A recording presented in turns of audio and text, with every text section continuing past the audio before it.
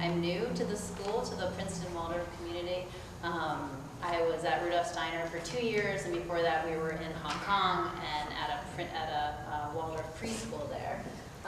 So I was asked by Beth to speak just a little bit from the parent perspective, because at Steiner we were fortunate enough to have a cafeteria that parents use, particularly in the morning. So logistically, we would just drop our kids off, and then a bunch of us would routinely go down for a cup of coffee or a cup of tea. And we were sort of allowed to stay in that space until about 10:30. I mean, usually I was there for like half an hour.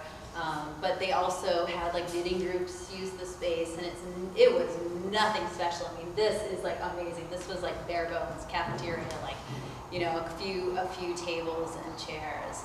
But it really was an amazing space. It made me feel part of a community very fast, very quickly. I mean, I was thinking, I just had my 40th birthday, and my husband gave me a surprise party, and like 10 of the people that I only knew for 2 years were from the Steiner School that I just really had coffee in the morning with. So I just think it fostered a community. It fostered an appreciation for the community that we had. Sorry, I need notes. I'm not really a great public speaker. So as a new parent in particular, I felt that I really learned what a Waldorf education meant through those people that I converse with each morning. And then there was the practical side where I learned just practical things like where do you buy the reindeer, and what is the Santa Lucia festival about. And you know, email is great, it's really handy and practical, but learning things from person to person just gives you that extra like sense of belonging, I think, and ownership of a school. I was thinking, we had an event today for the kindergarten. I have a second grader, a kindergartner, and child, and we had an event where some of the parents were painting and fixing up the little playhouse in the playground, and that I was a few, 5 or 6 of us were there, and I thought this would have been something we would have talked about in the cafeteria. What shift are you doing? And I think it just would have gotten even more commitment, even though you said that you thought the commitment was pretty good. I think there would have been even more if parents were talking about that event in a social place such as this.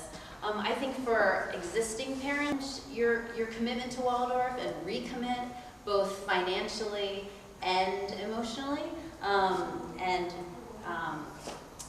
And of course, it just built friendships, which is always great for a community.